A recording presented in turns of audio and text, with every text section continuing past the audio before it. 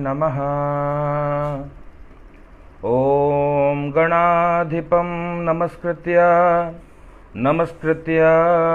पितामहं विष्णुं रुद्रं श्रियं देवीं वन्दे भक्त्या सरस्वतीं।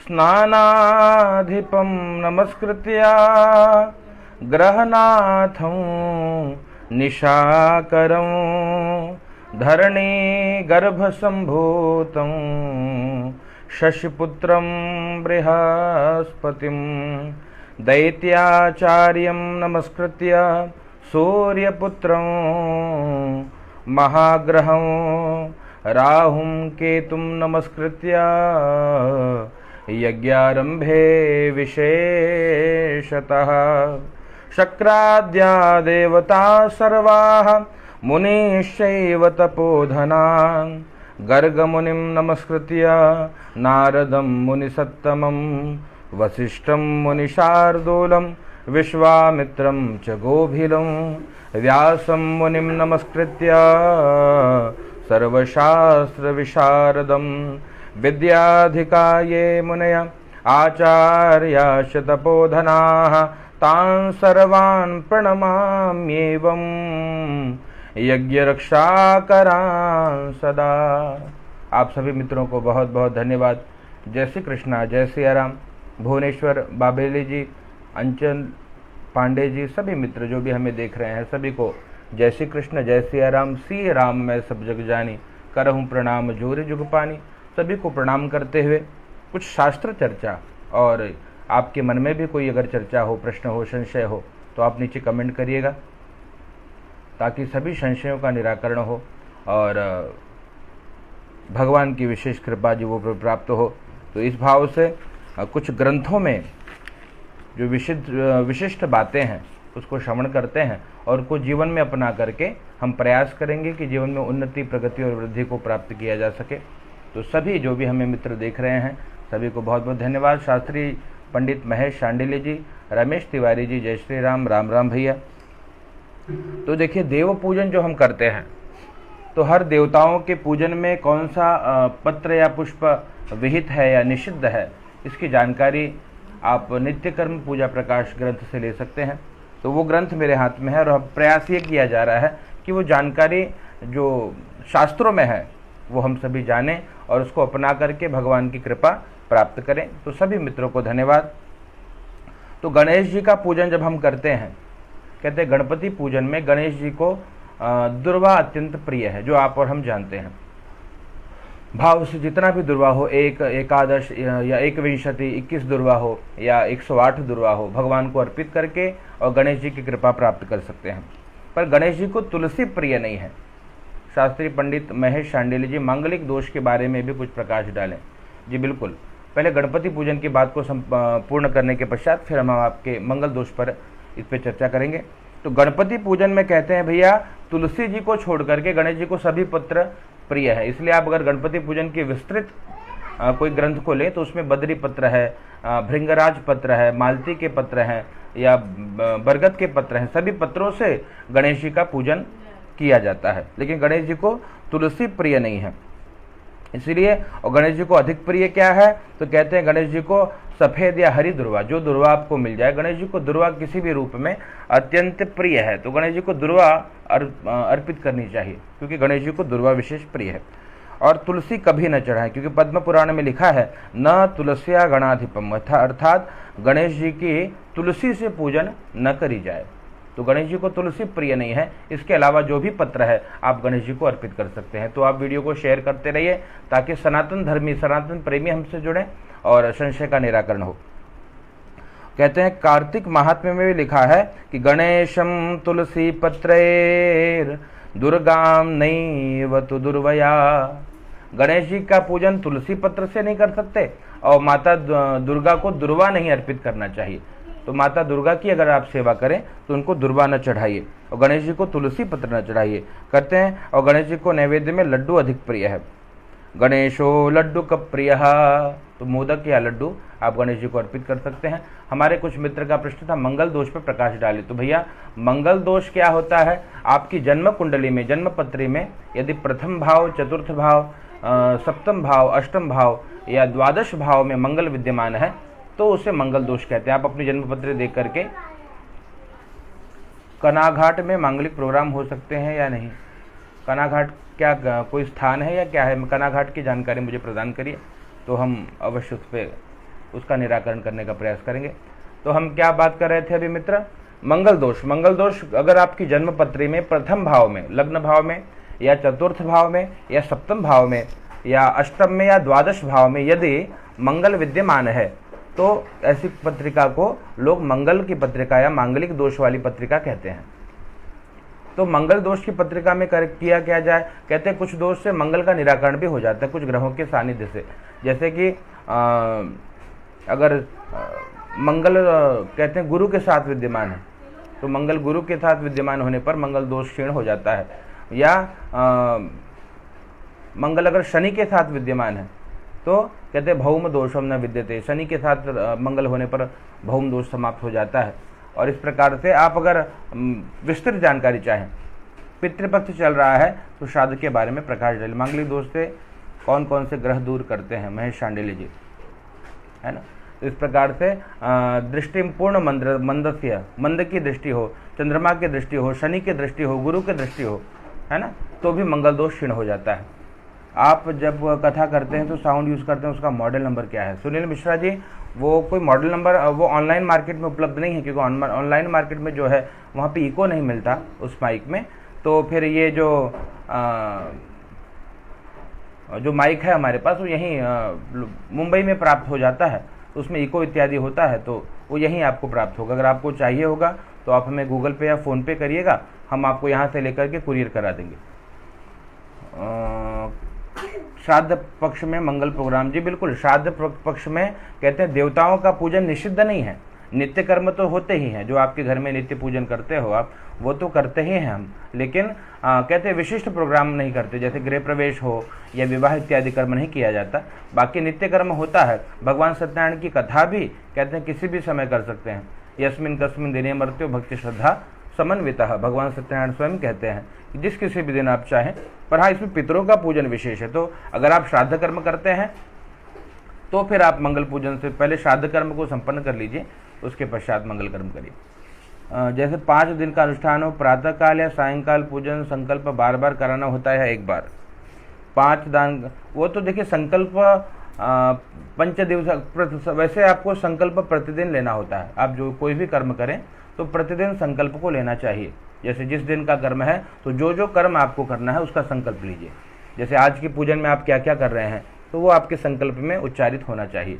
कल के पूजन में क्या होगा तो उसका संकल्प कर लीजिए इस प्रकार से, क्योंकि रोज आपका नक्षत्र परिवर्तित, प्रधान संकल्प तो एक ही होगा पर दैनिक संकल्प भी पूजन में लेना चाहिए।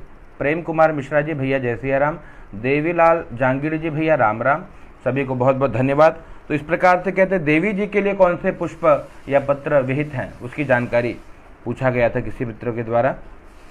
तो कहते हैं भगवान शिव के पूजन में जो पत्र पुष्प विहित हैं वो सभी भगवती गौरी को भी प्रिय है। जो शिव जी को हम अर्पित करते हैं वो माता गौरी को भी अर्पित कर सकते हैं। अपामार्ग का जो पुष्प है वो उन्हें विशेष रूप से प्रिय है। और शंकर पर चढ़ाने के लिए जिन पुष्पों का निषेध है या जिन फूलों का नाम नहीं लिया गया है, कहते हैं उन पुष्पों को भगवती को अर्पित नहीं करना चाहते। और कहते हैं भैया विशेषकर जो लाल फूल हैं, रक्त पुष्प हैं, और वो सभी भगवती को अभिष्ट हैं, इसलिए हमारे यहाँ गीत में भी लाल फूल की बार बार लोग उच्चारण करते हैं, है ना। तो भगवती को लाल पुष्प बहुत प्रिय है। पंडित उत्तम शास्त्री भैया जय श्री राम, वार्षिक श्राद्ध कैसे करते हैं? वार्षिक श्राद्ध के लिए मित्र आप ग्रंथ लेकर के, ग्रंथ का सहारा, क्यों श्राद्ध कर्म बहुत सरल नहीं है कि आपको हम इस प्रकार से समझा दें। श्राद्ध कर्म थोड़ा क्लिष्ट कर्म है, इसलिए आप ग्रंथ का सहारा लेकर के करिएगा। ब्रजेंद्र पटोरिया जी भैया जय हो, जय श्री राम भैया, सभी मित्रों को बहुत बहुत धन्यवाद। तो कहते हैं भगवती के लिए, कहते हैं पुष्प के लिए जो कहते हैं कि नित्यम गौरिया प्रशस्तानि रक्त पुष्पाणि सर्वदा, गौरी जी के लिए लाल फूल बहुत प्रिय है। तो माता जी को जितने भी रक्त पुष्प हैं वो अर्पित करना चाहिए। शुक्लान्यपि च सर्वाणि गंधवंती स्मृतानि वै। तो जो गंधवंती है मतलब जो सुगंधित पुष्प हैं वो भगवती को श्वेत पुष्प भी चढ़ा सकते हैं, लेकिन सुगंधित हो, लेकिन श्वेत पुष्प भी अर्पित कर सकते हैं माता जी को, लेकिन वो सुगंधित होना चाहिए। तो भगवती को अब लाल फूल तो विशेष प्रिय है, आप जानते हैं, लेकिन जो सुगंधित श्वेत पुष्प भी यदि है और सुगंधित है तो भगवती को अर्पित कर सकते हैं। आचार्य सुमित सोहर जी, जय श्री राम भैया। तो इस प्रकार से और बताते हैं कि जो भी ऋतुकालीन पुष्प है, बेला, चमेली, केसर, श्वेत, लाल फूल, श्वेत कमल, पलाश, तगर, अशोक, चंपा, मौलसिरी, मदार या कुंद, लोध, कनेर, आम, शीशम और अपराजित आदि के फूलों से भी देवी की पूजा की जाती है। श्राद्ध घर पर करना है या तीर्थ स्थान में करना बहुत उत्तम होता है दिनेश जी, तो इसलिए हो सके तो तीर्थ में ही श्राद्ध करिए। अगर तीर्थ उपलब्ध ना है तो किसी भी नदी के किनारे या तालाब के किनारे करिए। कुल देवता के लिए कौन सी स्तुति है? कुल देवता के लिए बहुत सारी स्तुतियाँ हैं। आप जो आपके कुल देवता हैं उनके अनुसार ये स्तुति निर्धारित होगी, है ना। जिनके कुल देवता हनुमान जी हैं वो हनुमान जी की स्तुति करें, जिनके कुल देवता भैरवनाथ जी हैं वो भैरव जी की स्तुति करें, जिनके कुल देवता शिव जी हैं वो शिव जी की स्तुति करें। तो एक स्तुति से सब देवताओं की स्तुति एक करना है। तो कुलदेव नमस्तुभ्यं कुल वृद्धि प्रदायन, इस प्रकार से कर सकते हैं कुल देवता की स्तुति के लिए। लेकिन कहते हैं जो देवता है उनकी स्तुति करें कुल देवता के लिए, या कि आप कुल देवता में षोडश मातृका के साथ ही कुल देवता की स्तुति कर लेते हैं। आचार्य सुधाकर घर पर नहीं हो सकता है, क्या नहीं हो सकता भैया? घर पर पूरी बात अगर आप लिखे तो जानकारी प्राप्त होगी आचार्य जी, सुधाकर जी। तो यही श्राद्ध कर्म, हाँ अगर श्राद्ध कर्म है तो आप नदी के किनारे करिए, किसी तालाब के किनारे के, जलाशय के किनारे श्राद्ध करना उत्तम होता है, या तीर्थ क्षेत्र तो सर्वोत्तम है। अगर आप तीर्थ में जाकर के करें तो विशेष कृपा। सुनो तिवारी जी भैया, जय श्री राम, सभी को बहुत बहुत धन्यवाद। तो इस प्रकार से कहते हैं दुर्गा जी से भिन्न देवियों पर दो पुष्प को नहीं चढ़ाना चाहिए। कहते हैं आक और मदार, ये दो फूल जो है वो माता दुर्गा जी को अर्पित तो हम कर सकते हैं, लेकिन और किसी देवियों पर अर्पित नहीं करना चाहिए। अगर किसी का वार्षिक श्राद्ध एक वर्ष से पूर्व कर दिया गया तो क्या नवरात्रि में पाठ कर सकते हैं। देखिए वार्षिक श्राद्ध भगवती की जो नित्य कर्म है, ये कहते हैं अगर जो आप प्रतिवर्ष नित्य भगवती की स्तुति या पाठ पूजन करवाते हैं तो वो करेंगे, अवश्य करना चाहिए। कोई नूतन कर्म एक वर्ष तक नहीं करना चाहिए, जैसे गृह प्रवेश या विवाह इत्यादि, और वो भी करना है तो अपकर्षण करा करके या जो षोडशी इत्यादि लोग करते हैं उसके पश्चात कर सकते हैं। गुरुजी नवार्ण पूजा में जब पूजामी बोलते हैं तो क्या करना? तर्पयामी बोलते हैं। तर्पण में जल लीजिए, पूजामी में पुष्प या गंधक्षत पुष्प से पूजन करिए और जल से तर्पण करिए। तर्पयामी में जल अर्चन करिए और पूजयामी में गंधक्षत पुष्प अर्पित करिए। अनिरुद्ध मिश्रा जी नमन, जय श्री राम भैया। सचिन खान दूजा जी भैया, जय श्री राम। कपिल दुबे भैया, जय माता जी। ब्रजेश त्रिपाठी भैया जी, नमो राघवाय, जय श्री कृष्ण। तो इस प्रकार से कहते हैं आक और मदार का फूल माता दुर्गा को अर्पित हम कर सकते हैं, अर्क का पुष्प भी और मदार का पुष्प भी। लेकिन क्या हो, कहते हैं कि माता दुर्गा को तो अर्पित कर सकते हैं लेकिन अन्य देवियों पर इनका उपयोग नहीं करना चाहिए। और इस प्रकार कहते हैं भगवती को जो प्रिय हैं वो शमी का पुष्प, अशोक, कर्णिकार या गुमा, दोपहरिया, अगस्त, मदन, सिंधुवार, शलकली, माधवी आदि लताएं, कुश की मंजरियाँ, बिल्वपत्र या केवड़ा, कदम्ब, भटकटैया, कमल इत्यादि से भगवती की पूजा कर सकते हैं। रोज कितने बजे आप ऑनलाइन होते हो? एक समय फिक्स करते हैं, सबका ज्ञान वर्धन होगा। भैया कोई एक समय नहीं है दिनेश गौतम जी, जब समय मिलता है, क्योंकि अपना भी आप जानते हो कि जगत का एक झूठा व्यवहार है जिसको निभाने के लिए अर्थार्जन आवश्यक है, और पांडित्य वृत्ति ऐसी है भैया कि इसके लिए हमको आपको यहाँ वहाँ दौड़ना पड़ता है। आप जब तक अर्थार्जन और उसका कोई समय नहीं है, तो जब समय मिल जाए तब हम ऑनलाइन हो जाते हैं। आपकी कृपा बनी रहे भैया, आप लोगों का बड़ा आशीर्वाद। नहीं जी, मैंने सवाल किया घर पर तर्पण भी बिल्कुल घर पे कर सकते हैं। कहीं कहीं लोग पिंडदान घर अपने आंगन इत्यादि में करते हैं, गाय के गोबर को लीप करके, इसका भी विधान मिलता है जो आप पार्वण शादी या वो करें, लेकिन नदी के किनारे ही या तालाब के किनारे सर्वोत्तम होता है भैया। पंडित विनय पांडे जी, जय भैया, जय माई। श्राद्ध में ब्राह्मण भोजन में क्या खिलाना चाहिए? इसके लिए हमने पीछे एक पोस्ट डाला था, आप उसमें देख सकते हैं क्या क्या खिलाना चाहिए और क्या क्या नहीं खिलाना चाहिए। वो आप पोस्ट को आप जो हमने उसका स्क्रीनशॉट लेकर के अंत्यकर्म पूजा प्रकाश से डाला है, तो आप उसमें देख सकते हैं ब्राह्मणों को क्या क्या खिलाइए और क्या क्या न खिलाएं, है ना। जैसे कोहड़ा नहीं खिलाना चाहिए, श्राद्ध में केला का फल वर्जित है ना। इस प्रकार से आप जानकारी ले सकते हैं। तो वो पोस्ट को आप पढ़िएगा भी, आप लोग पढ़ा भी करिए तो ज्ञानवर्धन होगा, है ना। बंटी शर्मा जी, जय श्री राम। विष्णुकांत शास्त्री भैया, राधे राधे। तर्पण ताम्र पात्र में करें तो उत्तम है, या न हो तो मिट्टी के पात्र में कर लीजिए। तर्पण के जल को क्या करना चाहिए, आप किसी भी शुद्ध स्थान पर डालिए, तुलसी जी इत्यादि में। विनय पांडे जी, सप्तशती का पाठ सिद्ध कितने पाठ करने पर होती है गुरुजी?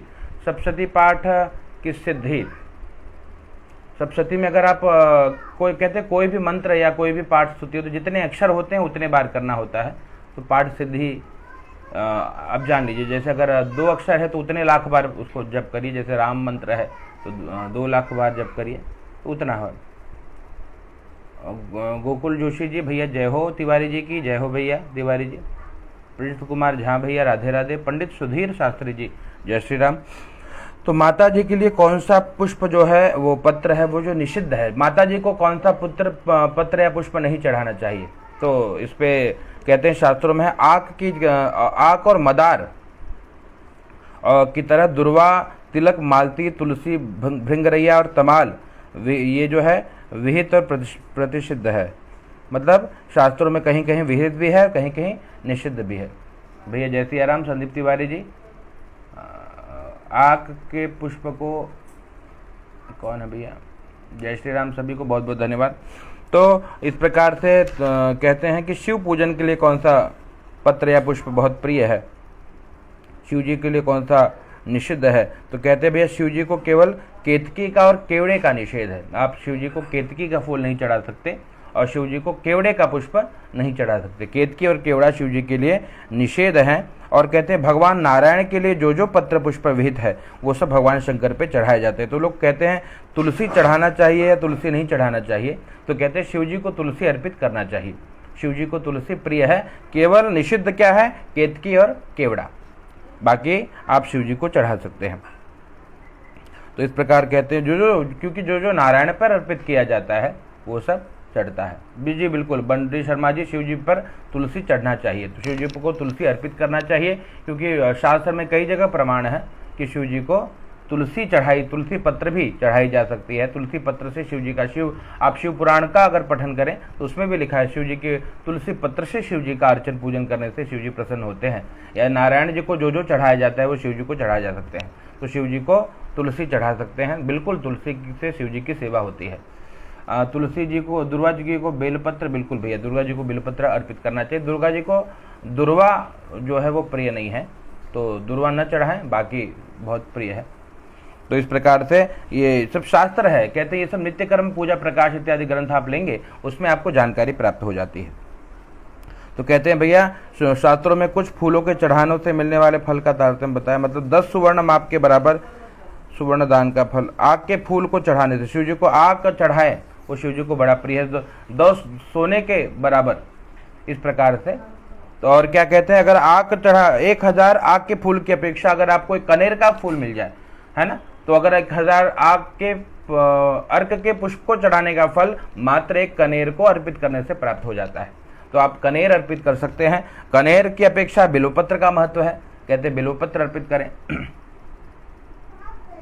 सुनील शर्मा जी, कहाँ लिखा है शिव जी को तुलसी चढ़ती है? आप शिव पुराण का अध्ययन करिए, आपको उस पर प्राप्त हो जाएगी जानकारी। इसलिए शास्त्रों का अध्ययन करना चाहिए हमको, तो जानकारी प्राप्त। शिव जी को तुलसी चढ़ती है, तुलसी पत्र से शिव जी की सेवा करने से शिव जी की विशेष कृपा होती है। शिव पुराण में भी है, कई पुराणों में इसके लिए हमने एक पोस्ट डाला था, आप वहाँ पे देख सकते हैं।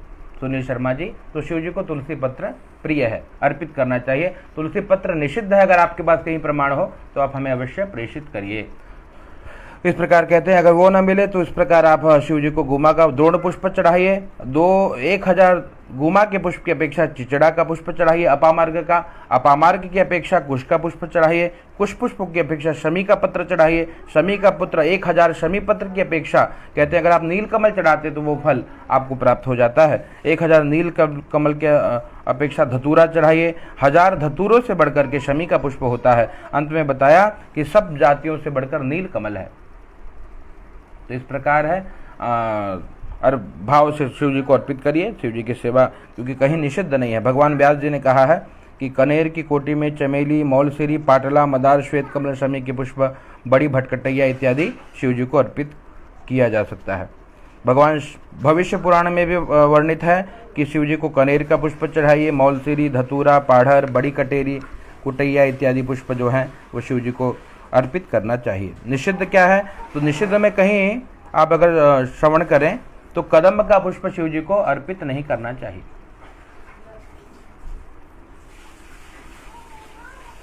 शिव जी को कदम्ब का पुष्प निषिद्ध है कहीं भी आप, इसलिए अगर आप नित्य कर्म पूजा प्रकाश भी लेके या और भी ग्रंथ का अध्ययन करें तो आपको उससे लाभ प्राप्त हो सकता है। कहते हैं भैया कि शिव जी को कदम्ब जो सारहीन पुष्प है, केवड़ा, तिनतिणी, बकुल, कोष्ठ, कैथ, गाजर का पुष्प, बहेड़ा, कपास, गंभारी, पटकंत्रक, धवल, केतकी या कंद, जूही, मदंती, दोपहरिया के फूल इत्यादि शिव जी पे नहीं अर्पित करना चाहिए। तो कहीं पे शिव जी को तुलसी अर्पित न करें, इसका प्रमाण किसी को यदि प्राप्त हो तो बताइए। शिव जी को तुलसी अर्पित होती है, इसके कई प्रमाण हैं। हम आपको इसके बाद एक पोस्ट देंगे, ये लाइव समाप्त होने के बाद जो सुनील जी हैं उनको जानकारी प्राप्त हो जाएगी। बहुत अच्छे से अध्ययन किया होता तो आप ये प्रश्न नहीं करते सुनील शर्मा जी, है ना, इसलिए हम आपको वो पोस्ट अर्पित कर देंगे, तो आप वहाँ से देख सकते हैं कि शिव जी को तुलसी पत्र अर्पित करना चाहिए। तो इस प्रकार से कहते हैं विशेष सेवा के लिए कहीं भी आपको ये प्रमाण न प्राप्त होगा कि शिव जी को तुलसी पत्र न चढ़ाएं। अगर एक भी प्रमाण हो आपके पास तो आप हमें अवश्य प्रेषित करिए। शिव जी का पूजन तुलसी पत्र, हरि को जो पुष्प या जो पत्र प्रिय है वो सभी तुलसी पर चढ़ाया जाना चाहिए। ये प्रमाण आपको हमको प्राप्त होता है। जैसे हम आपको बताएं, एक नारद पुराण में है, सुनील शर्मा जी ध्यान से श्रवण करिए। विष्णोर्यानी चोक्तानि पुष्पाणि च पत्रिकाः केतकी पुष्पमेकं तु विना तान्यखिलान्यपि सस्तान्येव सुरश्रेष्ठ शंकराराधना। यही नारद पुराण में ये बातें स्पष्ट है कि शिव जो कुछ आप विष्णु भगवान को अर्पित करते हैं वो सभी शिव जी को अर्पित कर सकते हैं। हाँ, केवल केतकी का पुष्प जो है वो शिव जी को नहीं चढ़ाना चाहिए। तो जब नारद पुराण में स्पष्ट लिखा हुआ है, तुलसी के बारे में कोई भी प्रमाण नहीं है कि शिव जी को नहीं चढ़ना चाहिए। अगर सुनील जी आपको जानकारी हो तो हमें प्रेषित करिएगा ताकि सभी को ज्ञान प्राप्त। ये सब क्या बोलते हैं, भ्रांतियां लोगों के मन में है कि शिव जी को न चढ़ाएं। यहाँ पे प्रमाण है आपके पास, नारद पुराण में श्लोक है कि आप विष्णु जी को जो अर्पित करते हैं वो शिव जी को अर्पित कर सकते हैं। चलिए और भी क्या मित्र है, जय श्री राम पंडित जी, ब्राह्मण नित्य हवन करता है उसको सूतक लग जाए तो करना चाहिए कि नहीं करना चाहिए? अगर जो नित्य ब्राह्मण हवन करता है सूतक लग जाए तो हवन इत्यादि कर्म भैया नहीं करना चाहिए, है ना। नित्य कर्म में जब तक सूतकोपरांत ही ये कर्म करे। शैव संप्रदाय वैष्णव संप्रदाय में क्या अंतर है? शैव संप्रदाय के इष्ट शिव जी हैं, भोलेनाथ की विशेष सेवा अर्चा करते हैं। वैष्णव शिव जी के जो है वो त्रिपुंड लगाते हैं, है ना। शैव इस प्रकार से त्रिपुंड धारण करते हैं और जो वैष्णव है वो ऊर्ध्वपुंड धारण करते हैं। तो ये अंतर है दोनों में, दोनों की विधा अलग है ना। वो नारायण की विशेष सेवा करते हैं, शैव संप्रदाय वाले भगवान शिव जी की सेवा करते हैं, और जो शाक्त हैं वो माता जी के उपासक हैं, जो गाणपत्य हैं वो गणपति के उपासक हैं। और इस प्रकार से जो पूजा करते समय सिर पे कपड़ा, बिल्कुल ये कोई प्रमाण नहीं है। हमारे यहाँ शिखा बंधन का प्रमाण है कि आप पूजा जब करें तो चोटी को बांध लीजिए, तो शिखा बंधन का प्रमाण है। पूजा करते समय सर पे कपड़ा रखने का कोई अपने यहाँ विधान नहीं है। पर ये लोकाचार कहीं कहीं कहते हैं भैया यद्यपि शुद्धम लोक विरुद्धम न करणीयम न चरणीयम की बात आ जाती है। तो अगर शुद्ध है और लोक विरुद्ध है तो भी नहीं करना चाहिए। तो कहीं कहीं लोगों की बात भी जहाँ जो लोक रीति है, पर शास्त्र में सर पे कपड़े रखने का कोई विधान नहीं है, चोटी को बांधने का विधान है, शिखा बंधन का विधान है। मेरे मन में ब्राह्मण मन में भ्रम था, इसलिए आप बिल्कुल, तो इस प्रकार आप ना कहिए कि आपने बिल्कुल पूरे शिव पुराण का अध्ययन कर लिया है और उस पर तुलसी नहीं चढ़ानी चाहिए, है ना। हम जो भी आपके सामने बात प्रस्तुत करें वो प्रामाणिक बात ही कहेंगे, क्योंकि हम जानते हैं यहाँ लाखों लोग हमसे जुड़े हैं, उनको कोई भी गलत प्रश्न न पड़े। बिल्कुल शिव जी को मंजरी तो बहुत विशेष प्रिय है, बिल्कुल पढ़ाना है, लेकिन तुलसी नहीं चढ़ाना चाहिए, इसका प्रमाण अगर किसी के पास हो तो जरूर कहिए। शास्त्रोक्त प्रमाण हो, मनगढ़ंत बातें न करें, क्योंकि मनगढ़ंत तो बड़ी बातें होती है, जैसे कि अब इस विषय पे चर्चा कभी और करेंगे। पर हाँ, शास्त्रोक्त प्रमाण है अपने पास कि जो कुछ भी आप विष्णु जी को अर्पित करते हैं वो शिव जी को चढ़ाइए, केवल केतकी का पुष्प छोड़ करके। तो तुलसी पत्र को भी चढ़ाने का विधान है, उसके कई जो प्रमाण है हम आपको इस पोस्ट के बाद अर्पित कर देंगे। ये आप कई बार हमने किया भी था, आप लोगों से निवेदन है कि आप लोग पढ़ा भी करिए, पोस्ट को देख करके केवल शेयर ही ना करिए, उस पोस्ट को पढ़िए, तो उससे आपका ज्ञानवर्धन होगा। तो इस प्रकार से भविष्य पुराण में शंकर जी को चढ़ाने वाले पुष्प इत्यादि जो हैं सब है, नीलकमल इत्यादि निषिद्ध पुष्प हमने आपको बता दिए। तो कहते भाद्रपद मास में कुछ ऐसा भी है कि जैसे अगर किसी पुस्तक में लिखा हो तब भी लोकाचार मानना चाहिए, उस पुस्तक को मानना चाहिए।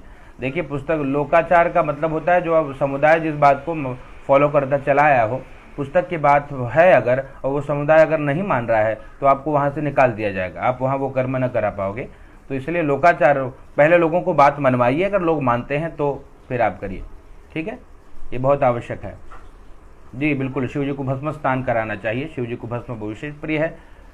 दुर्गा जी पूजा में बेलपत्र, बिल्कुल हमने आपको बताया, दुर्गा जी को बेलपत्र अर्पित कर सकते हैं। दुर्गा जी के लिए अगर देवी जी के पूजन में कहते हैं भैया, आप उनको बेलपत्र से उनका पूजन कर सकते हैं।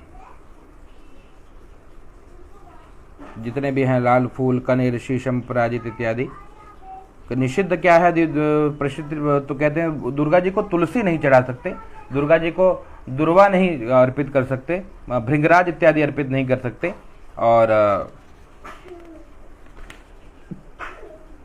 बाकी सब आप उनको अर्पित कर सकते हैं।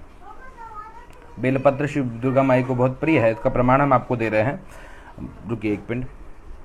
लताभिर्ब्रह्म वृक्षस्य दुर्वांकुरैः सुकोमलैः मंजरीभिः कुशानां च बिल्वपत्रैः सुशोभनैः। इससे भगवती की जो ये भगवती को विशेष प्रिय है। कुश की मंजरियाँ, माधवी आदि जो लताएं हैं, बिल्व का पत्र, कमल इत्यादि भगवती को बहुत प्रिय है। इस प्रकार से पाया का विचार, टीका करने का फायदा क्या है भैया? शिव जी को भस्म स्नान बिल्कुल कराना चाहिए।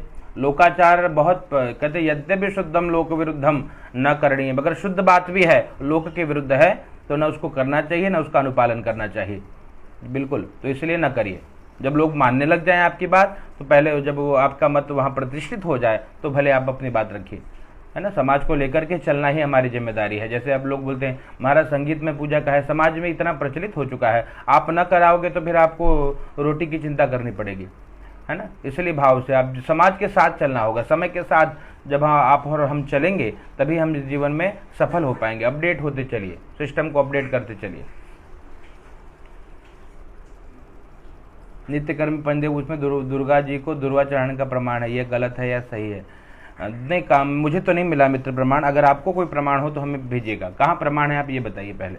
मोहित शर्मा जी सोनीपत से कि दुर्गा जी को पंच पूजन में भजन एक श्रवण कर लेते हैं, बिल्कुल भजन बिल्कुल होगा, पर हमको अभी कोई कहीं प्रमाण नहीं मिला मित्र। अगर आपको प्रमाण होगा तो प्रमाण अवश्य भेजिए। बोलने से प्रमाण नहीं होता, शास्त्र प्रमाण होना चाहिए। तो इस प्रकार से हमने आपको बताया शिव जी के लिए निषिद्ध पत्र पुष्प।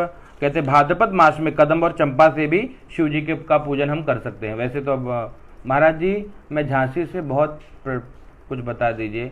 क्या दुर्गा सप्तशती में हवन कपूर से किया जाता है? बिल्कुल करिए। पंडित जितेंद्र जी भैया राधे राधे। बिना भस्म त्रिपुंडेन बिना रुद्राक्ष मालया पूजितोपि महादेव न तस्य फल प्रदा तस्मात् मृदापि कर्तव्यम लाड़े। बिल्कुल शास्त्रीय पंडित महेश शांडिल्य जी, शिव पूजन अगर आप करें, है ना, तो इसलिए महादेव का जब भी पूजन करें तो बिना भस्म त्रिपुंडेन और बिना रुद्राक्ष मालया, तो रुद्राक्ष की माला जरूर धारण करिए, अवश्य धारण हो, और त्रिपुंड को अवश्य धारण करिए, ये प्रमाण है। इसलिए शिव पूजन में भस्म का त्रिपुंड लगाइए और रुद्राक्ष की माला धारण करिए, तब जाकर के उस पूजा का फल प्राप्त होगा। ये शास्त्रीय पंडित महेश जी, जय श्री राम भैया। तो इस प्रकार से तो आपको ये प्राप्त हो गया। कुंद पे निश्चय, ये मास विशेष में भी कुछ देवताओं का पूजन। देखिए वाह, तुलसी जी के बारे में एक और जानकारी मिली हमको। देखिए आप ध्यान से श्रवण करिएगा। बहुत सुंदर तुलसी जी। यहाँ पे विष्णु भगवान को क्या क्या, केतकी का फूल को श्राप हुआ था तो मिथ्या सौगंध खा लेती तो ब्रह्मा जी के साथ, बिल्कुल। लेकिन केतकी का फूल जब क्षमा याचना की तो भगवान ने संशोधन किया है, तुम मेरे को ही चढ़ोगे। केतकी शिव जी को निषिद्ध है भैया, लेकिन केतकी कब चढ़ेगी इसका भी कोई प्रमाण है, मैं आपको बताऊं। जैसे कि आपको बताऊं, केवल केतकी का शिव जी के पूजन में निषेध है, लेकिन केतकी कब चढ़ाते हैं आपको वो बताएं। कदम्ब केतकी केवड़ा, कदम्ब कुसुमय धतुरे से सिद्धियाँ मिलती है। फल्गु भाद्रपद मास में ये मास सामान्य कदम्ब की मोलश्री बकुला सामान्य कुंद कुंद पुष्प, माघ मास में कुंद का फूल भी चढ़ाया जा सकता है और किसी महीने में कुंद का पुष्प भी शिव जी को अर्पित नहीं कर सकते। तो ऐसे महीने महीने में भी कुछ विधान है जो प्राप्त होता रहता है। तो इस प्रकार से देखें तो भगवान नारायण के लिए बात। प्रणाम पंडित जी, एक एकादशी का दिन श्राद्ध और अंत्येष्टि करें नगर पंडित सजील महाराज साउथ अफ्रीका से। साउथ अफ्रीका मंदिर की क्या क्या रुकी, बहुत सारे प्रश्न आ गए हैं। आपका नंबर मिल जाता। नंबर भैया इस पेज पे सारे नंबर ही पड़े हैं, आपको मांगने की आवश्यकता क्यों पड़ती है मुझे समझ में नहीं आता। ऊपर दोनों नंबर पड़े हैं, आप पेज पे जो ऊपर फ्रंट में जाएंगे तो नीचे हमारे कॉन्टैक्ट नंबर मिल जाएंगे। मंदिर की स्थापना दक्षिण दिशा में कर सकते हैं कि नहीं? दक्षिण दिशा में बिल्कुल ना करिए, क्योंकि यजमान का मुख दक्षिण नहीं होना चाहिए। तो दक्षिण दिशा में अगर मंदिर है तो आपका मुख दक्षिण की तरफ होगा। दक्षिण में पितृ पूजन ही किया जाता है, मंदिर में या देवताओं का पूजन दक्षिण दिशा की ओर नहीं करना चाहिए। माही महेश जी, तो मंदिर का की स्थापना दक्षिण में न करिए। सजील महाराज जी साउथ अफ्रीका से हमसे जुड़े हैं। भैया श्राद्ध और अंत्येष्टि करें या नहीं? क्या एकादशी के दिन श्राद्ध? हाँ बिल्कुल करना चाहिए भैया, कोई दिक्कत नहीं। श्राद्ध अंत्येष्टि जिसकी जो तिथि है उसकी उसी तिथि में करनी चाहिए। मंदिर की स्थापना दक्षिण में न करिए। द्वादश ज्योतिर्लिंग स्तोत्र सुना दीजिए, आपकी आवाज़ में बहुत अच्छा लगता है। भैया खुशबू बहन बहुत बहुत धन्यवाद। एक सुन लीजिए बाबा विश्वनाथ की स्तुति। सानंद मानंद वने वसंतम आनंद कंदम हत पाप वृंदम वाराणसी नाथ मनाथ नाथम श्री विश्वनाथम शरणं प्रपद्ये श्री विश्वनाथं शरणं प्रपद्ये। बाबा विश्वनाथ की जय। रोहित भारद्वाज जी, प्रेत बाधा से परेशान हूँ। बिल्कुल भैया, प्रेत बाधा, प्रेत शांतिर के लिए महाविद्या का पाठ करिए। प्रेत शांतिर विशेषतः, उससे प्रेत शांति होगी। जय श्री राम बेटे। तो कहते हैं प्रेत शांति के लिए क्या करिए? आप महाविद्या का अनुष्ठान करिए तो प्रेत बाधा से परेशानी से मुक्ति मिलेगी। अक्षत निषेध का कारण। गोविंद अग्निहोत्री जी भैया, राधे राधे भैया। रोहित भारद्वाज जी, जय सिया राम। हरे राम शर्मा जी, मंत्र जपते समय तर्जनी अंगुली का प्रयोग क्यों नहीं किया जाता? नहीं, जानकारी नहीं, क्यों नहीं किया जाता? ध्रुवा, मुझे अपनी शरण में ले लीजिए। भैया मैं आप लोग की शरण में हूँ। मैं सभी भूदेवों को विनती करूँ कि भैया कि हम सब आप लोगों के शरण से ही ये व्यवहार चल रहा है, तो इसलिए मुझे वो गंगा तरंग रमणीय जटा कलापम। बिल्कुल भैया, जय श्री राम, जय माता दी। तो आप लोगों से प्रार्थना है कि अगर आप भी हमें अपने प्रदेश में आमंत्रित करना चाहें, जिस भी भारत में कहीं भी, तो आप हमें पूजन हेतु या धर्म कार्य हेतु अपने आप आमंत्रित कर सकते हैं। मैं प्रयास करूंगा आपके साथ मिलकर के अनुष्ठान करूं, क्योंकि कोई यहाँ लोगों को लगता होगा कि ये पेज है तो बहुत बड़ी व्यवस्था है। यहाँ बिल्कुल ऐसी कोई व्यवस्था नहीं है मित्र। यहाँ पर कहते हैं भगवान की कृपा से ही जीवन चल रहा है। अगर आप लोग भूदेवों का सहयोग रहा तो बिल्कुल प्रयास होगा। इसलिए आप भी अगर मुझे कहीं भी आमंत्रित करना चाहें भारत के किसी भी कोने में, तो आप हमें सूचित करिएगा या आप हमें आमंत्रित करिएगा। हम आपके साथ मिलकर के, जो भी मेरी विद्या है, जो भी स्मृति है, आपके साथ मिलकर के हम भगवान की सेवा करेंगे। भैया सादर प्रणाम। जय श्री राम भैया। ब्राह्मण रोज गायत्री न कर पाए तो उसे क्या करना चाहिए? गायत्री न कर पाए तो क्या बताएं, उसको कुछ कहने लायक ही नहीं है ना। गायत्री तो करना अनिवार्य है भैया। अनिवार्य मतलब the Gayatri mantra is not optional for anyone, है ना। If you are priest, if you are doing puja path, then you have to compulsory chant Gayatri mantra, Aman Joshi, है ना। There is no option for Gayatri mantra, है ना। तो Gayatri mantra is not optional for ब्राह्मण देवता और भूदेव। So please there is no option for Gayatri. You have to chant Gayatri if you have time 11 times, 21 times, 108 times और यथाशक्ति. So there is no option for Gayatri मंत्र. ब्राह्मणों के लिए गायत्री का कोई ऑप्शन नहीं है. So प्लीज गायत्री आपको करना ही होगा. मांगलिक पर ब्राह्मणों में विवाद हुई कि मांगलिक दोष दूर नहीं होता, शास्त्र प्रमाण है। कुछ जीव समायुक्तो युक्तो वा कुछ चंद्रमा। भैया आप देखिए, अब विवाद के लिए तो कुछ उत्तर नहीं है। मंगल दोष दूर नहीं होता तो आप मुहूर्त चिंतामणि इत्यादि ग्रंथ उसमें से देख सकते हैं। तो आपको ग्रंथ को लेकर के चलना चाहिए, किसी व्यक्ति के मत में न चलिए, है ना। तो मंगल दोष दूर होता है नहीं होता क्या भैया? जो ब्राह्मण रोज गायत्री न कर पाए उसे क्या करना चाहिए? उसे गायत्री ही करना चाहिए, दूसरा कुछ ऑप्शन नहीं है अपने पास। हर हर महादेव भैया। गोविंद अग्निहोत्री जैसी हरण लक्ष्मी त्रिपाठी, लक्ष्मी जी को दुर्वा चढ़ाया जाता है अन्यथा नहीं। अब माता जी के स्वरूप में है तो दुर्वा अर्पित नहीं करना चाहिए। फिर भी देखेंगे उस पर लक्ष्मी जी की पूजन में अगर विशेष माता की कोई कृपा हो तो हम आपको सूचित करेंगे। केतकी वितान के रूप में लक्ष्मी जी को दुर्वा। प्रोक्षणी पात्र का श्रवण पांडे जी। प्रोक्षणी पात्र कितने अंगुल चौड़ा होना चाहिए? जानकारी नहीं। प्रोक्षणी या प्रणीता के विषय में विशेष जानकारी नहीं है, क्योंकि आप लोगों की तरह हम याज्ञिक तो नहीं है। ऐसे ही पंडित जी राम जी की कृपा से पूजा पाठ चल रहा है, सेवा चल रही है। तो अगर आपको विशेष जानकारी हो तो हमें सूचित करिएगा। अब हमारा एक प्रश्न आया था, भगवान नारायण को क्या क्या चढ़ाना चाहिए? विष्णु भगवान को क्या क्या अर्पित करना चाहिए? ज्ञानेंद्र शास्त्री जी भैया, बहुत बहुत धन्यवाद भैया। एक हमारे साथ भी ज्ञानेंद्र जी रहते हैं और हम भी ज्ञानेश हैं। तो लगभग प्रभु जी आपका कांटेक्ट नंबर आप उस पेज के फ्रंट में देख सकते हैं। हमारा कांटेक्ट नंबर ऊपर आपको मिल जाएगा भैया। योगी जी, मानसिक अशांति हो तो क्या करिए? मानसिक अशांति हो अनुज मिश्रा जी तो मेडिटेशन करिए। Meditation with Hanuman Chalisa. हनुमान चालीसा के एक एक चौपाई के साथ श्री गुरुचरण सरोज रजा निज मन गुरु सुधार बदन रूप जसो जोदा फलचारी सात सुंदर करिए। बुद्धहीन तम जान के सुमरोपन कुमाल पर्वत देव में हरऊं करेश विकार श्वास बाहर। जय हनुमान ज्ञान गुण सागर। जय कपीस लोक उजागर श्वास अंदर। रामदूत अतुलित बलधामा अंजनपुत पंसुतनामा श्वास बाहर। इस प्रकार से हनुमान चालीसा के साथ अगर आप मेडिटेशन करते हैं तो भैया आपको बहुत शांति प्राप्त होगी। बिल्कुल भैया, मंजरी भी अर्पित करिए, तुलसी पत्र भी अर्पित करिए, कोई दिक्कत नहीं। दुर्गा पूजा में दुर्गा चढ़ाने का विधान मेरे पास फोटो है, लेकिन भेजा कैसे जाएगा मालूम नहीं। मोहित शर्मा जी, आप यहीं पे नीचे अगर आप जो कमेंट में है ना वहाँ टच करेंगे तो ऑप्शन फोटो भेजने का ऑप्शन आ जाता है।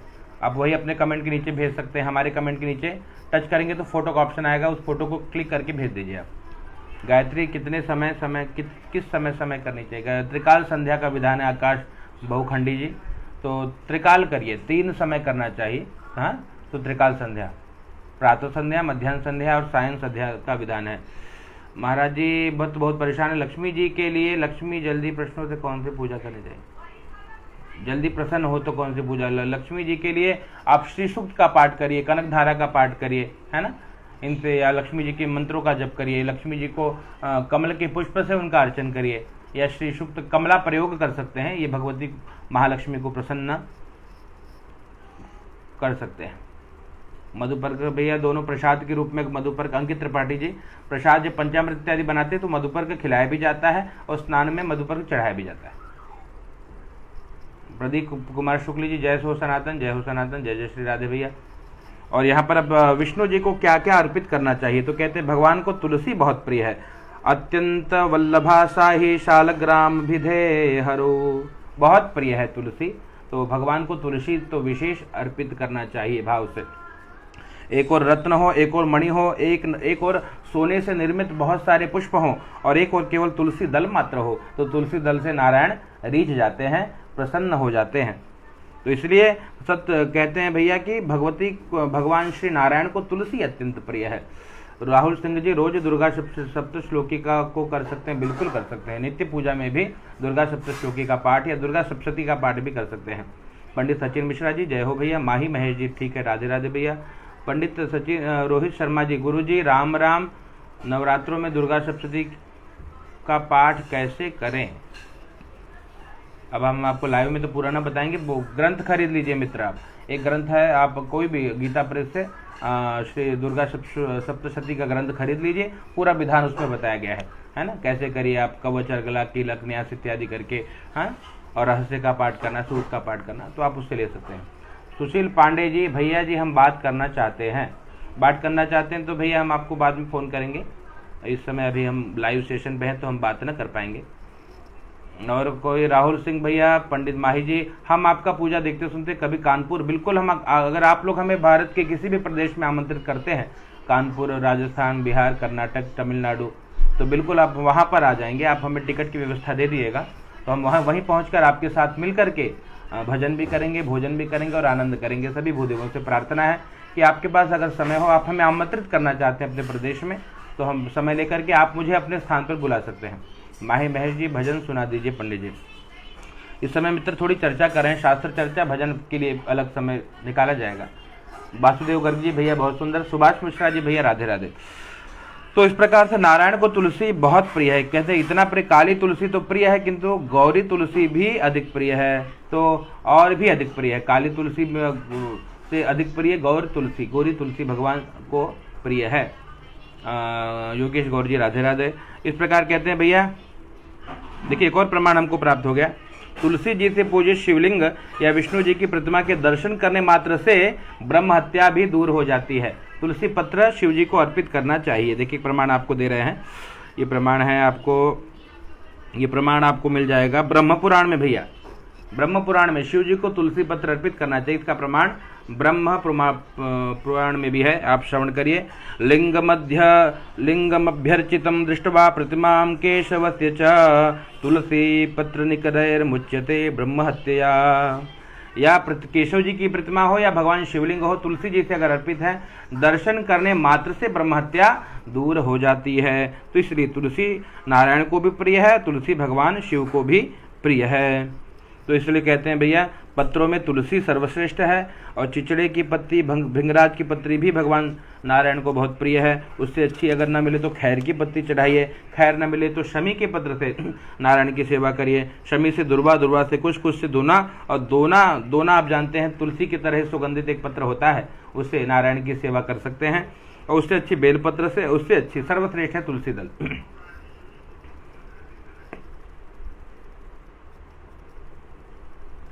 विष्णु जी को अक्षत न चढ़ाने का कारण शंख पूजन, शंखा पूजन में चावल, शंखा पूजन क्या होता है मित्र, हमें नहीं जानकारी है। उमेश शर्मा जी, शंखा पूजन क्या है आप हमको बताइए, स्पष्ट लिखिए। शंखा पूजन क्या है? पान की नोक और डंडल, हाँ पान की डंडल और नोक को तोड़ करके चढ़ाते हैं, कहते हैं भैया वो उसको तोड़ करके ही पान भगवान को अर्पित करना चाहिए। भैया जी रामचरित की चौपाई सुनाइए पंडित रोहित शर्मा। हाँ हमारी चौपाई, हमने जो 8 चौपाइयाँ गाई थी, बहुत प्रसिद्ध भई आप लोगों की कृपा से। उसी धुन में एक चौपाई श्रवण करिए।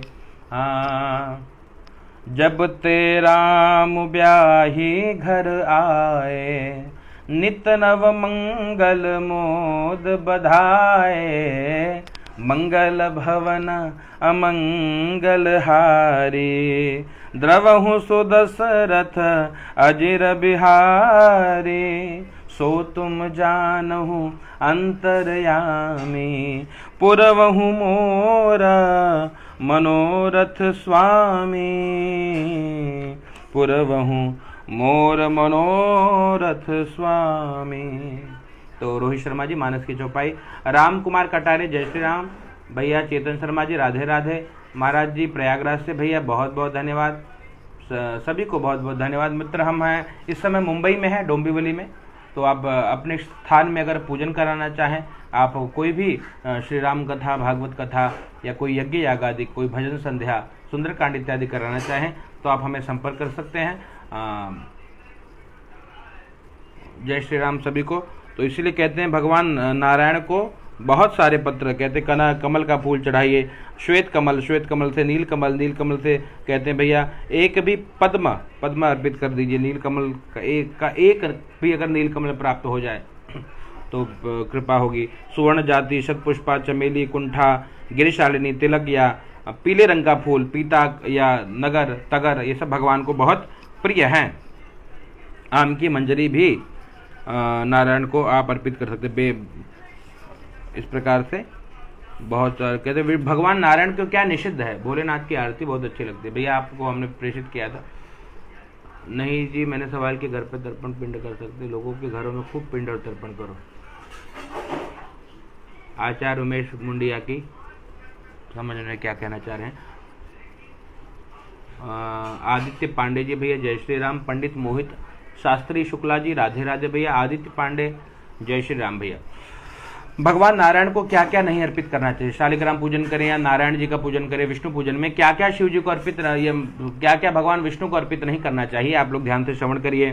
कहते हैं आक भगवान को अर्पित नहीं करना चाहिए। शिव जी भोलेनाथ को अर्घ आप अर्पित कर सकते हैं, पर नारायण को आप आक का फूल आपको नहीं चढ़ाना चाहिए। आग, धतूरा, कांची, अपराजिता, भटकटैया, कुरैया, सेमल, शिरीष, चिचिड़ा, कैत का फूल, लांगोली, सहीजन का फूल, कचनार, बरगद, गूलर, पाकड़, पीपड़, अमड़ा इत्यादि को आप शिव नारायण को अर्पित नहीं कर सकते। घर में रोपे गए कनेर का फूल भी आप नारायण को अर्पित नहीं कर सकते।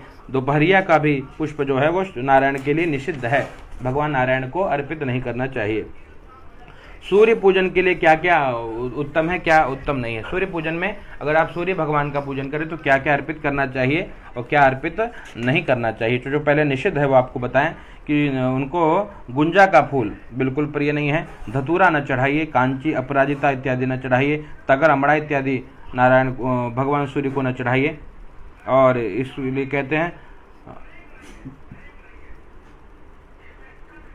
वाह क्या बात है, इसलिए कहते हैं भैया सूर्य के लिए क्या क्या कहें भैया, कितना पुष्प गिना दें। कहते हैं जो फूल निषेध कोटि में नहीं है और रंग रूप सुगंध से युक्त है उन सबको सूर्य को अर्पित कर सकते हैं। बेल का पत्र भगवान सूर्य को अर्पित कर सकते हैं, प्रमाण है, विहित पत्र है। शमी का पत्र, भिंगराज का पत्र, तमाल पत्र, तुलसी, काली तुलसी, कमल के पत्ते सूर्य भगवान को पूजन में अर्पित कर सकते हैं। संतोष कुमार शुक्ल जी सत्यनारायण कथा बहुत अच्छी बोलते हैं भैया, बहुत बहुत धन्यवाद। भगवान सत्यनारायण की कृपा है या आप भूदेवों की कृपा है जो ये संभव हो पाता है।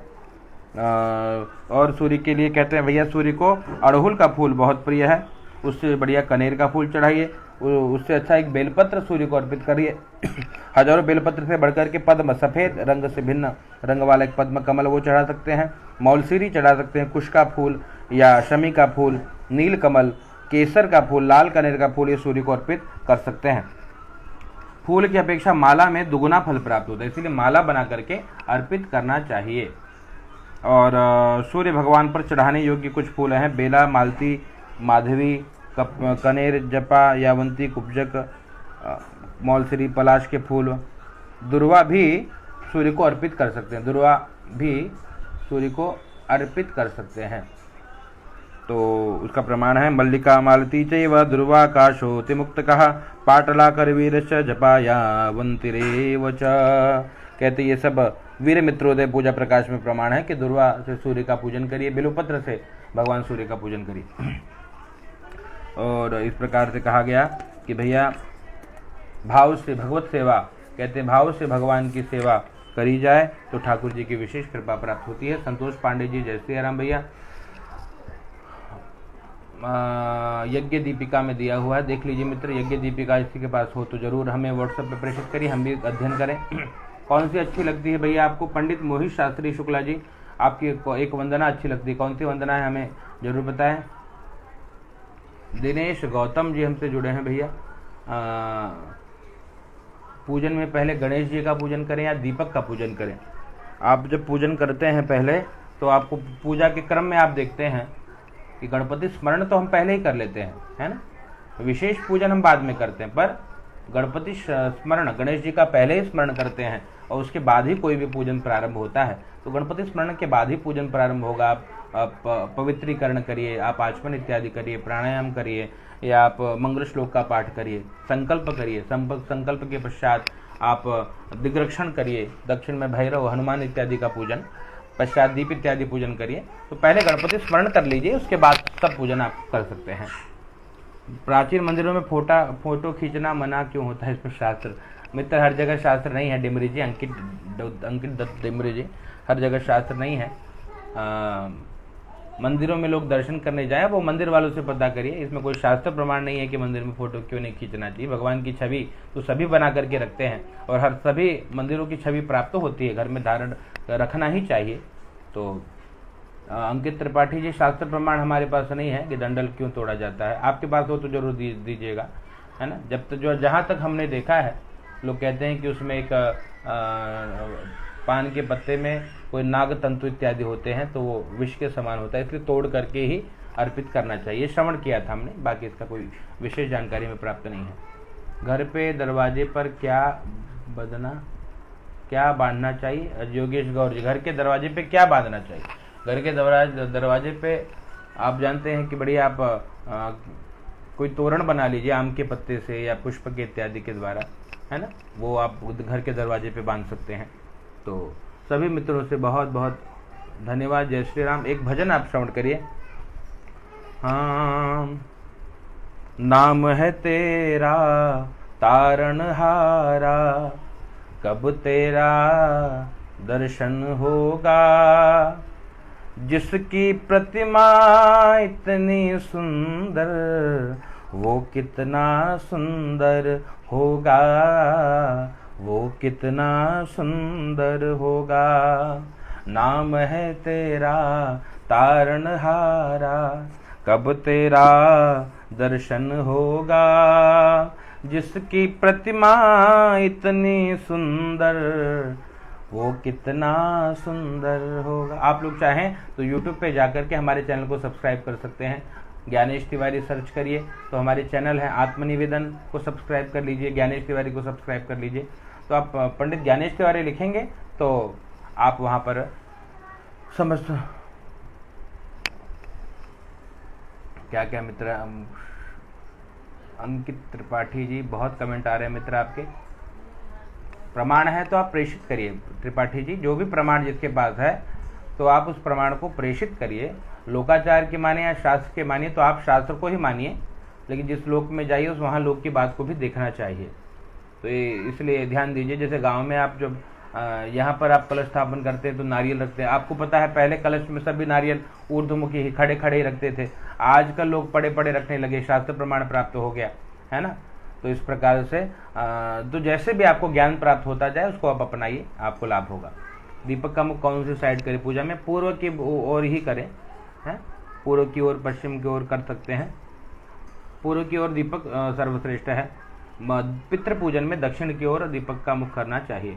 नवमी तिथि मातृ श्राद्ध में पुरुषोत्तम के लिए कौन सी तिथि है? पुरुषोत्तम क्या है समझ नहीं पाया मैं। योगेश गौर जी सुनाएं, क्या सुनना है भैया आपको? योगेश गौर जी, आरती गाऊं भोले आपको मनाओ। इसमें इस तर्ज में राम जी की आरती श्रवण करिए। हाँ, हे राजा राम तेरी आरती गाऊं, हे राजा राम तेरी आरती गाऊं, आरती गाऊं प्रभु आपको मनाऊं, आरती गाऊं प्रभु आपको मनाऊं, हे राजा राम तेरे आरती गाऊं, हे राजा राम तेरे आरती गाऊं, हे राजा राम तेरे आरती गाऊं। तो भैया सभी को बहुत बहुत धन्यवाद। आप लोग का स्नेह बना रहे। आप भी अपने देश में प्रदेश में हमें आमंत्रित कर सकते हैं। कोई भी पूजन कराना हो, कोई यज्ञ कराना हो, कुछ कथा इत्यादि करनी हो तो आप हमें कांटेक्ट कर सकते हैं, फ़ोन कर सकते हैं। आपके प्रदेश में आपके साथ मिलकर के भी हम यज्ञ भजन इत्यादि करेंगे, ये आपसे आग्रह है। तो इसलिए हो सके तो मोहित शर्मा जी, दुर्वा का क्या प्रमाण भेजे हो भैया आप? मोहित शर्मा जी सोनीपत से कौन सा? पंडित मोहित आपके व्हाट्सएप पर प्रमाण भेज रहे हैं। ओके ओके जी, बिल्कुल हमें भेज दीजिए। व्हाट्सएप पे आप प्रमाण भेजिए, हम उसे प्रेषित कर देंगे। जिसके पास जो प्रमाण हो, हस्तलिखित ना हो, शास्त्र प्रमाण हो या किस ग्रंथ से लिया गया है तो वो भी भेजेंगे तो बड़ी सुविधा होगी। केवट जी, केवट प्रसंग पर थोड़ा भजन हो जाए। हाँ, बहुत सुंदर भजन। केवट जी राघव जी को मनाते हैं बार बार कि चरण धुलवाले, और राघव जी का चरण धोने के पश्चात जब केवट जी राघव जी को अपनी नौका में बिठाते हैं तो गंगा मैया से प्रार्थना करते हैं। बहुत सुंदर भजन है। हाँ, ओ मेरी नैया में लक्ष्मण राम, गंगा मैया धीरे बहो, मेरी नैया में लक्ष्मण राम, गंगा मैया धीरे बहो, धीरे बहो जी मैया धीरे बहो, धीरे बहो मैया धीरे बहो, और मेरी नैया में लक्ष्मण राम, गंगा मैया धीरे बहो, मेरी नैया में लक्ष्मण राम, गंगा मैया धीरे बहो। तो भैया बहुत बहुत धन्यवाद सभी को, बहुत बहुत स्नेह प्रेम।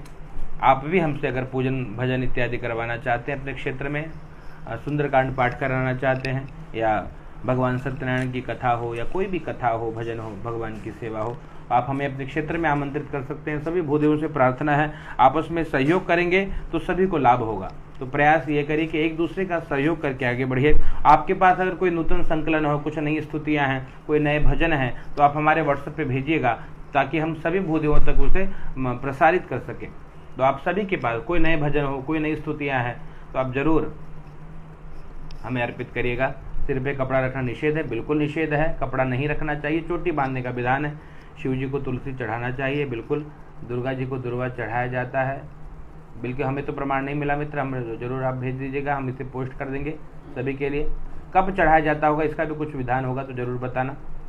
और इन सभी के शास्त्र प्रमाण, पान के नोक डंठल, बिल्कुल बिल्कुल। बहुत बहुत धन्यवाद अंकित त्रिपाठी जी। इस प्रकार से सभी भूदेवों के पास कुछ नया हो, कोई ज्ञान हो तो बांटने से ही बढ़ता है। जैसे हम आपको बताएं, आज के पहले सभी ब्राह्मण कलश पे नारियल खड़े ही रखते थे, है ना। आज कुछ वर्षों से देखा कि ये इतना प्रचारित हो गया सोशल मीडिया पर कि अब सब पड़े पूर्व मुख रखने लगे, अपनी ओर मुख करके नारियल को रखने लग गए, है ना। और तो भगवान तो भाव से और श्रद्धा से प्रसन्न होते। कभी किसी यजमान का कल्याण नहीं हुआ खड़ा नारियल से कलश पे रखने से, है ना। लेकिन जब प्रमाण प्राप्त हो गया तो हमें उसे अपनाना चाहिए। तो बिल्कुल आप दुर्गा पूजा नित्यकर्म दिया गया, पंडित जी दुर्गा जी को दुर्वा चढ़ाया जाता है, बिल्कुल। कहाँ पे दिया हुआ है हमें ये जरूर बताइएगा कि दुर्गा जी को दुर्वा चढ़ाया जाता है, क्योंकि हमने इस समय नित्यकर्म ही लिया है। तो यहाँ पर नित्यकर्म में हमें तो उसका यही प्रमाण प्राप्त हुआ कि माता जी को दुर्वा न अर्पित करें, जैसे कि देवी पूजन में यहाँ पर निषेध में दिया था। अर्क मंदार भी वर्जित है। देखिए, आक और मदार की तरह दुर्वा वर्जित है। इसका प्रमाण क्या दिया था हम आपको बता देते हैं।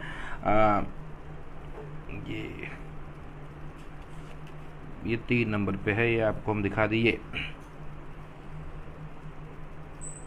तमालम वास्तुमालितम तिलकम भृंगराजकम।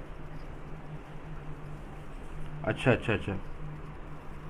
तो कहीं कहीं हाँ, कहीं कहीं है, कहीं कहीं विहित भी है, कहीं कहीं प्रतिषिद्ध भी है, ऐसा लिखा है। तो विहित प्रतिषिद्ध के संबंध में लिखा है, तत्वसार संहिता में कथन है कि शास्त्रों में विहित फूल मिल जाए तो विहित प्रतिषिद्ध फूलों की पूजा करनी चाहिए। इसका प्रमाण है, बिल्कुल बिल्कुल। विहित प्रतिषिद्धस्तु विहिता लाभा तोर्चयेत। बिल्कुल। दुर्वा जी कब दुर्वा नहीं चढ़ाया जाता, लेकिन अगर न मिले, जैसे कि जो विहित पुष्प है, कुछ ना मिले तो दुर्वा से भी पूजन कर सकते हैं। जी बिल्कुल बिल्कुल, यही कहा गया यहाँ पे। जो पूजा के लिए वैसे वो निषिद्ध है, निषिद्ध और विहित, इसके लिए कहा गया है। आप जब देव पूजन में विहित और निषिद्ध पुष्प देखेंगे नित्यकर्म पूजा प्रकाश में, तो ये कहते हैं विहित भी है और निषेध भी है, दोनों बात आती है। तो कहते हैं आक मदार की तरह दुर्वा, तिलक, मालती, तुलसी, भृंगराज, तमाल, ये विहित प्रतिषिद्ध है। विहित प्रतिषिद्ध का मतलब होता है कि अगर आपको विहित पुष्प मिल जाए तो अर्पित कर दीजिए, इनकी आवश्यकता नहीं है। पर अगर कुछ ना मिले तो इनके द्वारा भी, दुर्वा के द्वारा भी पूजन कर सकते हैं। अगर खुद करना हो तो कहाँ क्या विधि है, अनिल शर्मा जी। सुंदरकांड अगर आपको स्वयं करना हो तो हनुमान जी के प्रतिमा को स्थापित करके, दीपक जला करके, लब्धोपचार पूजन करके पाठ करिए। दिनेश गौतम जी, सभी भूदेवों को राधे राधे, शुभ रात्रि भैया, धन्यवाद जी। बिल्कुल, अंकित त्रिपाठी वही बता रहे हैं आपको, ये विहित प्रतिषिद्ध के अंतर्गत आता है। विहित प्रतिषिद्ध मतलब होता है कि अगर न मिले तो अर्पित कर सकते हैं, मतलब पूरी तरह वर्जित नहीं है। समझ में आया? बार बार कमेंट न करिए आप। जैसे विहित प्रतिषिद्ध में क्या क्या है, कहते हैं आक, मदार, तुलसी, तिलक, मालती, तुलसी या भृंगराज, तमाल, ये विहित प्रसिद्ध है, मतलब विहित भी है और निषिद्ध भी है, दोनों बातें आती है। आप नित्यकर्म पूजा प्रकाश में देखेंगे तो स्पष्ट रूप से लिखा हुआ है। तत्वसार संहिता में कथन है कि अगर विहित फूल ना मिले तो विहित प्रसिद्ध पुष्पों से पूजा कर सकते हैं, तो दुर्वा अर्पित भी कर सकते हैं। लेकिन अगर ना मिले तब, और मिल जाए तो दुर्वा की आवश्यकता, तुलसी की आवश्यकता दुर्गा पूजन में नहीं है, ऐसा बताया गया है। यहाँ पर स्पष्ट रूप से लिखा है विहित पुष्प में, प्रसिद्ध पुष्प में। तो सभी को दुर्गा से भिन्न देवियों पर इन दोनों को न चढ़ाएं। अच्छा, ये देवी जी को अर्क और मदार, इन दोनों पुष्प का निषेध भी मिलता है शाततप इत्यादि में। तो विहित भी है और प्रतिषिद्ध भी है, दोनों बात आती है कि आप कहीं कहीं विहित है और कहीं कहीं प्रतिषिद्ध भी, आक मदार इत्यादि, तो ये अर्पित कर सकते हैं। इन दोनों का विधान है। दुर्गा पूजन में विधान दिया गया है, किसका? आग का भी विधान है, मंदार का भी विधान है ना। इस प्रकार से ये भगवती को प्रिय जो है वो तो कुश की मंजरियाँ, गुमा, अगस्त इत्यादि हैं। तो सभी को भैया बहुत बहुत धन्यवाद। जय श्री कृष्ण। बहुत बहुत स्नेह है जो भी भूदेव उनसे जुड़े हैं। सूरज को बेलपत्र केब नहीं चाड़ना चाहिए, क्या लिख रहे हो? क्या मंदिर में स्त्री भी पुजारी हो सकती है? शास्त्र की आज्ञा देता है। अंकित दत्त डिमरी जी, अंकित डिमरी जी बिल्कुल नहीं। अब शास्त्र तो नहीं देता, पर अब हम इस पर क्या कमेंट करें। शास्त्र तो स्त्रियों को व्यासपीठ पर बैठने का भी अधिकार नहीं देता, पर आप देख रहे हैं कि आजकल कई स्त्रियां व्यासपीठ पर बैठ करके लगातार भागवत कथाएं या राम कथा इत्यादि कर रही हैं, तो उस पर हम क्या कुछ करें, बाकी राम जाने। देवी भागवत में एक जगह दिया है, बिल्कुल होगा, दुर्वा अर्पित कर सकते हैं। अचय मिश्रा जी, दुर्वा जो है वो विहित प्रसिद्ध के अंतर्गत आता है, मतलब न मिले तो इसके द्वारा भी अर्चन हो सकता है। तो ये पूरी तरह निषिद्ध नहीं है, विहित प्रसिद्ध है। इसके लिए एक नया शब्द है शास्त्रों में। तो अगर कहते हैं जब विहित पुष्प न मिले तो इन पुष्पों के द्वारा, दुर्वा के द्वारा भी माता दुर्गा का अर्चन किया जा सकता है।